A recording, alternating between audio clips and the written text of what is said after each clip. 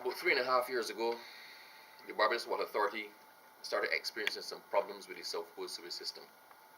These problems manifested themselves in blockages along the line, overflowing manholes at various points of the South Coast on Highway 7.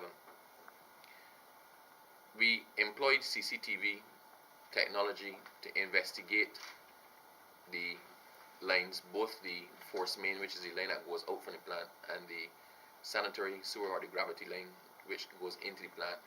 And we identified breaches in both the lines. Now, the breaches in both the lines caused a situation where you had sewage leaving the plant and then coming back into the plant.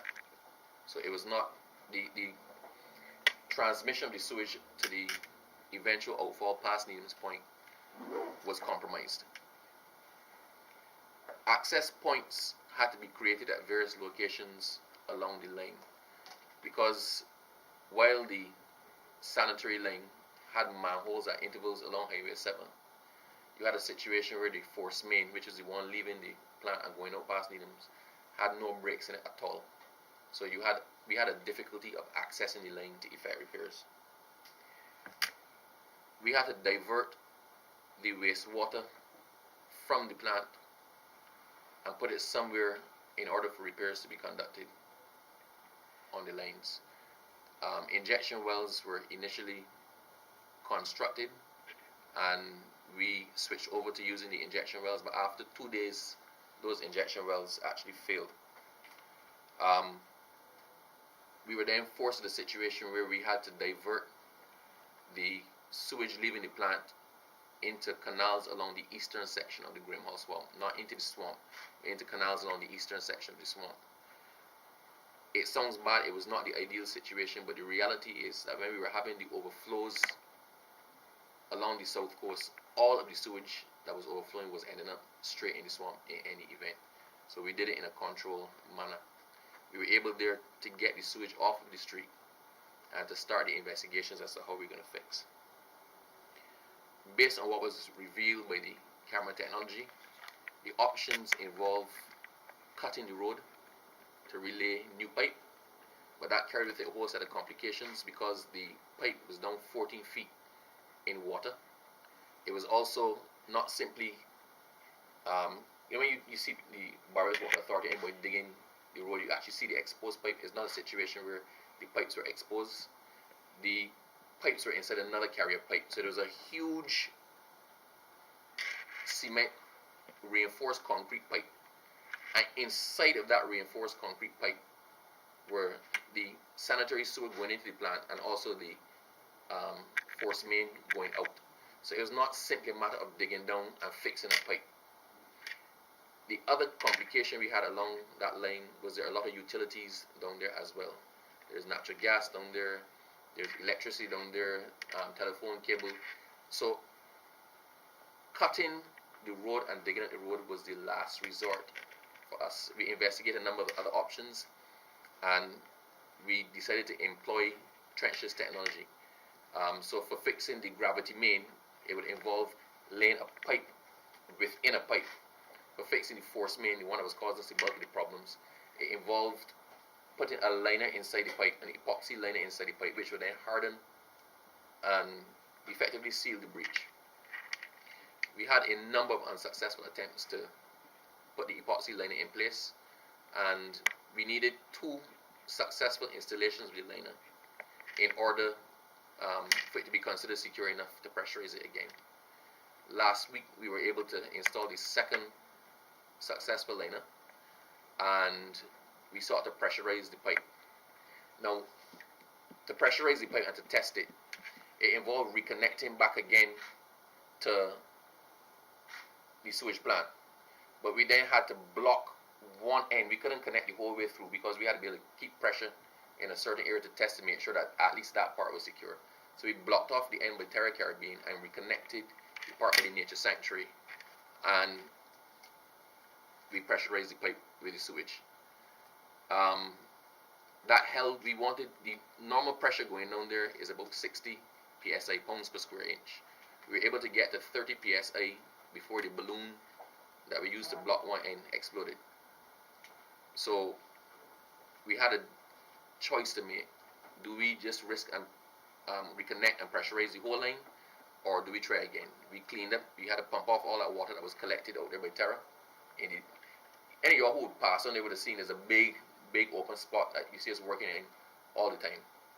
That was our access point to the difficult area. We had to dewater that, pump off all the effluent that collected in there when the balloon burst, and we then sanitized it again and inserted another balloon. We were able to carry that pressure test up to 40 psi, which we couldn't take it any further because we couldn't risk the balloon bursting again, but we figured that held for a sufficient amount of time that was the best that we could do in the circumstances. We then made the decision to withdraw the balloon, connect back up the end at Terra to the force main, and to re-engage the entire line. Every time that I've spoken and we talked about the fixes to the force main, I indicated we were fixing the one that we knew about at the time. We could not tell you. I think Colville had asked me a number of times, were there other breaches?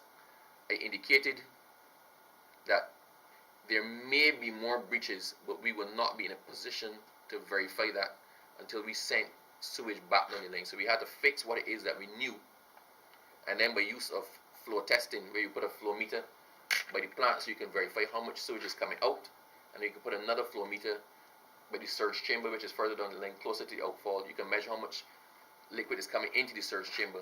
So by subtracting one from the other, you would know whether you're counting for all the sewage or not.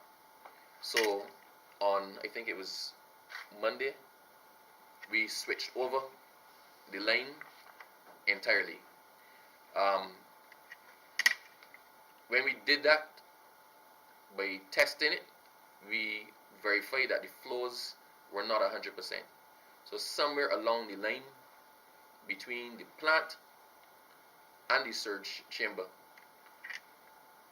sewage was leaking. We obviously don't know whether it is leaking, whether at that point in time we didn't know whether it was leaking from the patch that was put on. We didn't know whether it was leaking from another breach, and we then started to do dye testing. So on, I think it was on Monday night, we put fluorescent dye into the outflow from the plant, and then we had people at manholes along the line to see whether the sewage was recirculating back into the plant, which was the initial problem that we had. And yes, we determined that once again there was a cross-contamination in lines. We still do not know where along the force main the breach actually is. We employed the leak detection unit, and we also employed the services of the ministry with respect to ground penetrating radar.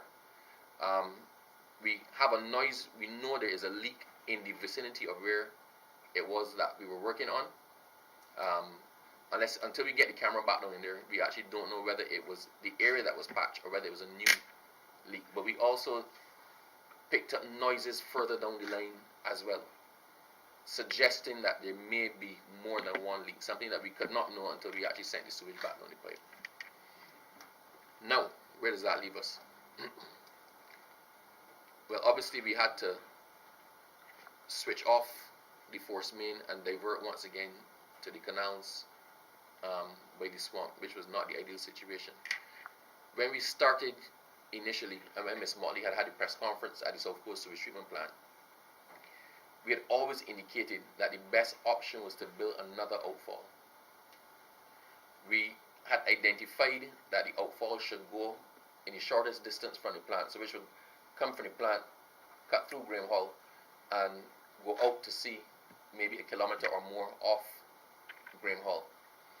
We could not start that outfall because it is not simply just putting the pipe out there. There are a lot of things you have to consider. You have to consider the flows, the currents, how it impacted near shore. We have to consider the coral reefs. And we commissioned a study from Baird. Baird is an international company, a well-respected one of the top international marine companies in the world. And they used local divers, local scientists, local coral reef experts. They set up their meters, and they were to conduct a flow assessment to give the government of Barbados the information that it needed as to whether we could do what it is that we wanted to do and what were the parameters within which we could do it. Now, because flow changes, the conditions which exist in January may not be the conditions which exist in February, March, April. So Baird had indicated they would have to take a certain amount of time to ensure they got the data right and to take a number of readings. The report from Baird was actually due 2 weeks from now, the initial report from Baird. Fortuitously, they were able to give us a verbal report yesterday. So by yesterday we knew that we had a problem with the force main and that we're going to have to go back at the force main or consider other options. So I don't know whether it was God intervening, but the very next day, the report that was due from Baird that we were waiting on to consider the other option, they were able to give us a verbal report that yes, we can construct the emergency outfall off of Graham Hall and the parameters within which we could do it. So if we construct to 500 meters, this is what's going to be the effect. If we construct to 1,000 meters, this is what's going to be the effect. If we construct to 1,500 meters. So we got the go-ahead to start to mobilize that operation to construct the outfall. We're going to get the full written report from them very shortly, which would cement exactly how far the outfall needs to go. But just understand, we are having to balance a number of competing interests. I know the hoteliers and the public want the beach open. I know that the people responsible for the swamp and all the ecologists would like the sewage not to be going into the canals alongside the swamp. I know the majority users in Barbados of Highway 7 do not want the road dug up. We are having to balance all of those interests. But what informs the decisions that this government is making and our ministry are making are the safety of the Barbadian populace and visitors, the protection of our nearshore environment, including our coral reefs, and the protection of the ecology, the ecological system, and the network that is the Graham Hall Swamp. That is what is informing what we're doing. So every decision that we have made so far, we've had to weigh all those things and take these into consideration.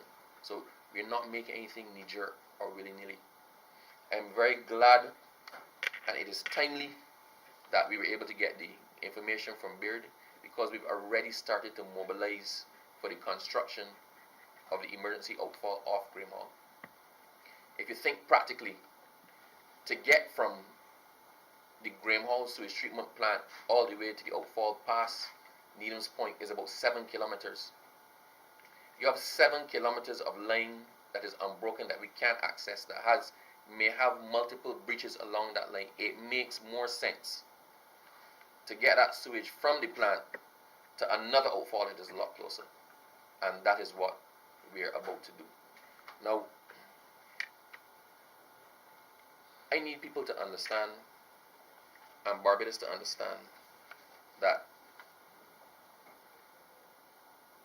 this is a matter the government of Barbados is taking very, very seriously. When the government changed on the 24th of May, the next week, Ms. Mottley had a press conference. The Prime Minister had a press conference by the South Coast Sewerage Plant. When she appointed me the Minister responsible for energy and water resources, I was advised that my number one priority was to get the sewage off of the street, and then secondly, to fix the problem that we have. Just so you know, I'm not telling tales out of school.